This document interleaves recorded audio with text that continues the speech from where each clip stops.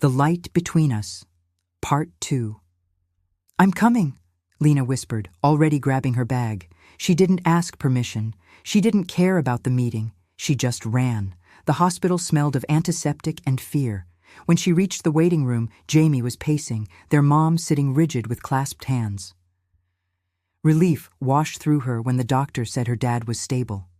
He'd overexerted himself, but the medication should keep things under control if he followed the plan.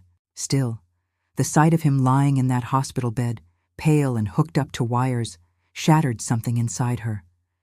She sat by his side, clutching his hand. "I'm so sorry I wasn't here," she whispered.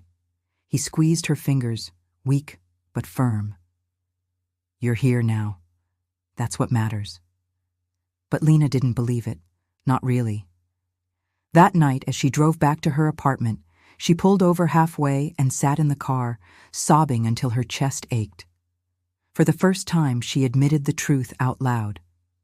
"This isn't the life I want, not if it means missing this, missing them." She realized then that success meant nothing if she had no one to share it with. Her dad's words echoed, "Don't wait too long to live the life you really want." And she knew. Something had to change. Now. The Monday after her dad's hospital scare, Lena sat at her desk, staring at the glowing city skyline outside her office window. Normally, she would have been buried in numbers and emails, but her mind was somewhere else entirely. Back at the hospital, back at her dad's trembling hands and her mom's weary smile. For the first time, she asked herself a terrifying question. What if I keep going like this? The answer made her stomach churn. She pictured herself missing birthdays, missing milestones, maybe even missing the final chance to say goodbye someday. That thought was unbearable. By noon, she closed her laptop. She walked straight into her boss's office, heart pounding, and said the words she'd rehearsed all morning. "I need to step back." Her boss blinked. "Step back? From the project?" "From all of it," Lena said, surprising even herself. "The hours, the endless grind. I need more balance, or I'll burn out completely." The silence stretched. Finally, her boss leaned back, expression unreadable. "You're one of our best. If you walk away now—" "I'm not walking away," Lena interrupted. "I'm just choosing differently." For once, she didn't apologize. That evening, she called her mom. "I'm going to visit more, not just for weekends. I want to be there." Her mom didn't say anything at first. Then Lena heard quiet sniffles. "You don't know how much that means," Jamie texted her a few minutes later. "About time you remembered who the favorite sibling is." She laughed through her tears. The next week, Lena worked remotely from her parents' cottage. The sea breeze drifted through her window as she answered emails, and at lunch she sat outside with her dad sipping tea while he rested. "This is nice," he said, closing his eyes. "It is," Lena agreed, "and it's just the start." She meant it. She started carving her days differently, blocking evenings for family dinners, shutting her laptop before sunset, and dusting off her guitar again. She played softly in the evenings, her dad sometimes humming along, her mom swaying in the kitchen. The cottage glowed with life again, and so did Lena. But rebuilding wasn't instant. There were stumbles. One Friday, she got sucked into a client call that ran late. When she finally closed her laptop, she found her dad asleep in the living room, guitar still in his lap, her mom folding laundry alone. Guilt hit her like a punch. The old Lena would have shrugged it off. The new Lena picked up the guitar, sat beside her dad, and strummed gently until his eyes fluttered open. "Thought I lost my duet partner," she teased. He chuckled, weak but warm. Not a chance. That night, she wrote in her journal, "It's not about being perfect. It's about showing up again and again." Spring turned to summer, and with it came small miracles. Her dad grew stronger, walking the garden paths with careful steps. Her mom seemed lighter, leaning on Lena instead of carrying everything herself. Jamie came home more often, joking that he wasn't about to let Lena steal all the favorite child points. One warm evening, they lit a fire in the backyard like they used to. Neighbors drifted over with casseroles, laughter filled the air, and Lena strummed her guitar under the stars. For the first time in years, she felt whole. As the fire crackled, her dad leaned over. "You've found your way back," he murmured. She nodded, eyes stinging. "I don't ever want to lose it again." And she knew she wouldn't.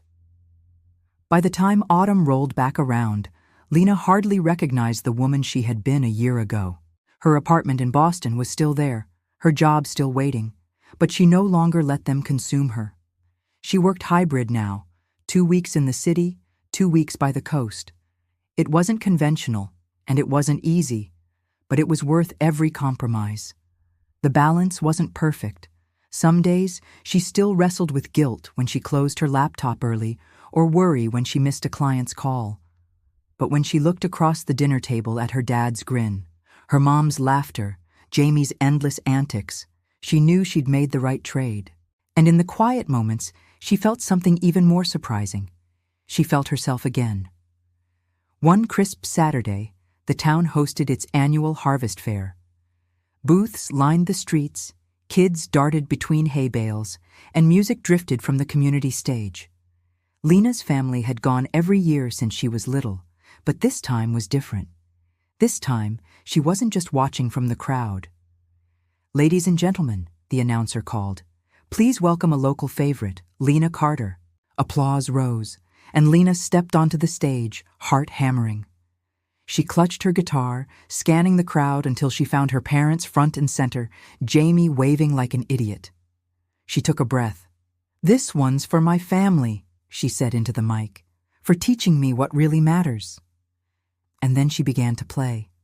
The song wasn't about heartbreak or hustle.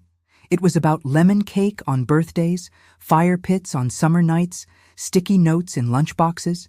It was about laughter echoing through a blue cottage, about love that stitched itself through ordinary days. Her voice cracked halfway through, but the crowd leaned in closer.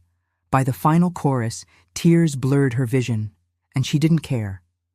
Because when she looked out, she saw her mom swaying to the music, her dad's hand clutching her mom's, Jamie cheering louder than anyone else. And in that moment, Lena felt something click into place. After the show, people hugged her, neighbors patted her on the back, kids asked for selfies. But the only thing that mattered was walking off the stage into her dad's arms.